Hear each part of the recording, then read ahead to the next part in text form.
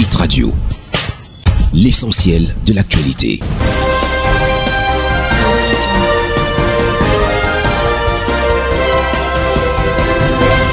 Gislain Cougo. Bienvenue au bulletin d'information sur ITFM 103. Crise anglophone, des artistes réclament le dialogue. 42 personnalités du monde de l'art, de la littérature, entre autres, ont mis en place un groupe de réflexion et d'initiative citoyenne pour ouvrir le débat sur la crise en cours dans le nord-ouest et le sud-ouest. Il s'agit d'une plateforme indépendante de toute structure politique ou confessionnelle dans laquelle se retrouvent entre autres des personnalités telles que les écrivains Eugène Ebodé, Pab Mongo, Gaston Polefa ou encore la musicienne Sissi Dipoko. Ceux-ci entendent fournir des contributions, analyses, tribunes et autres articles d'opinion pour une sortie de crise. Cette plateforme marque la première action d'envergure qu'initient des artistes camerounais depuis le début des violences dans les deux régions anglophones en novembre 2016. À l'exception du chanteur Mr. Leo dans Prayer for My Country, on a peu entendu les artistes sur la question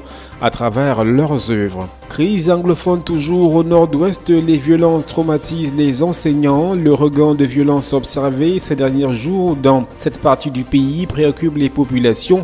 Dans la communauté éducative, la peur dicte sa règle. Les écoles étant fréquemment attaquées, les enseignants ne sont pas épargnés. À l'exemple du proviseur du lycée bilingue de Bafoud qui est actuellement en soins intensifs. Des enseignements du dit lycée racontent que le 15 juin 2018, des personnes présentées comme des sécessionnistes ont attaqué son domicile. S'étant opposé à ces derniers qui souhaitaient brûler son véhicule, le proviseur a eu un doigt coupé et il a été copieusement bastonné. Rappelons que les sécessionnistes avaient déjà attaqué le dit lycée le 11 mai 2018. Ils avaient détruit des biens publics et privés. Dans ce contexte, les hommes de Cré qui craignaient pour leur vie sont de plus en plus sous le choc des violences. Dans ce contexte, les hommes de Cré qui craignent pour leur vie sont de plus en plus sous le choc des violences dues à la crise anglophone. Toujours dans le même sillage, le commissaire du 3e arrondissement de police de Moya, dans la région du sud-ouest, Tazizon Christopher, a retrouvé la liberté après une semaine de captivité. Il a été libéré dimanche dernier par l'armée camerounaise. Tazizon Christopher avait été kidnappé le 11 juin dernier à l'entrée de la ville de Moya. Ses ravisseurs l'avaient alors conduit vers une destination inconnue.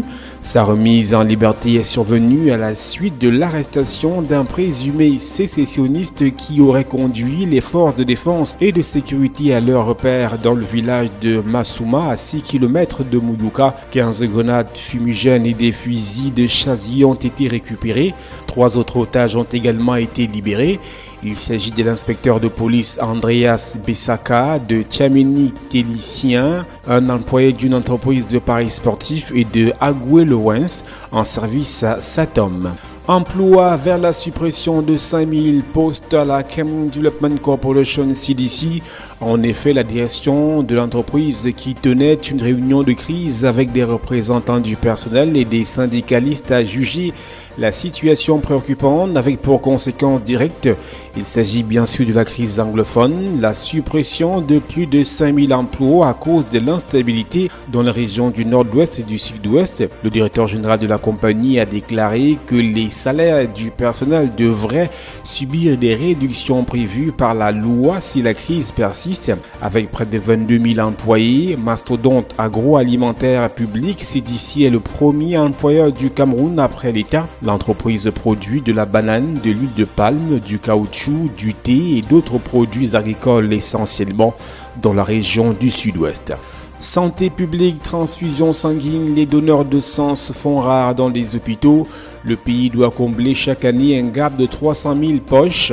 La journée du 14 juin dernier, journée mondiale du donneur de sang célébrée au Cameroun, a permis de constater que le pays a encore jusqu'à ce jour un gap de 300 000 poches de sang par an. En effet, le Cameroun a de la peine à couvrir ce ne reste qu'un quart de ses besoins en sang. La demande s'estime à 400 000 poches par an et c'est difficilement que l'offre peut atteindre 91 000. Cette situation a des conséquences qui se traduisent en perte en vie humaine. D'après l'enquête démographique réalisée Mali en 2011, on a enregistré 782 décès pour 100 000 naissances vivantes concernant la mortalité maternelle. Pour la mortalité infanto-juvénile, on est à 103 décès sur 100 000 naissances vivantes, d'après l'enquête à indicateurs multiples réalisée en 2014.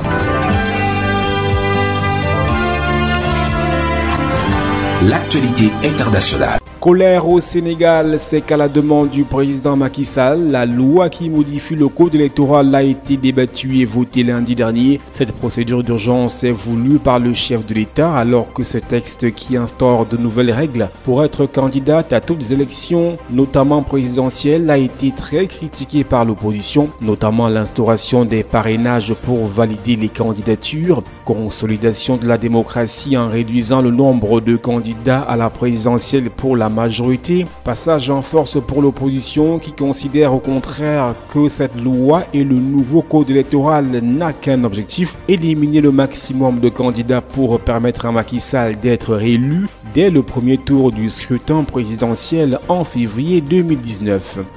Mali, les corps de 25 personnes ont été retrouvés dans 3 fosses communes dans le centre du pays. Une découverte qui a fait suite à une série d'arrestations par l'armée malienne la semaine précédente. Ces derniers mois, les annonces par l'armée malienne de la neutralisation de terroristes dans cette région ont souvent été contestées par les organisations de défense des droits de l'homme et par des habitants qui ont dénoncé des exécutions extrajudiciaires. Du côté du ministère de la Défense, on dément ces accusations d'exécution sommaire, ajoutant qu'une enquête avait été ouverte. Et puis, record de personnes déplacées dans le monde, le nombre de réfugiés et de déplacés internes suite au conflit sur la planète a atteint en 2017 un nouveau record pour la 5e année consécutive à 68 millions et demi, environ la moitié étant des enfants selon l'ONU. La crise en République démocratique du Congo, la guerre au Soudan du Sud et la fuite de centaines de milliers de réfugiés rohingyas vers le Bangladesh depuis la Birmanie ont propulsé les déplacements forcés à des niveaux record en 2017 selon le rapport annuel du Haut Commissariat de l'ONU pour les réfugiés.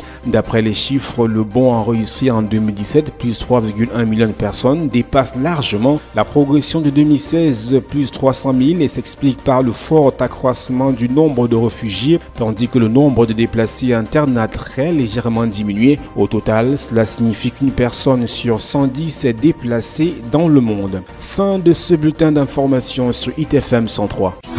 Hit Radio.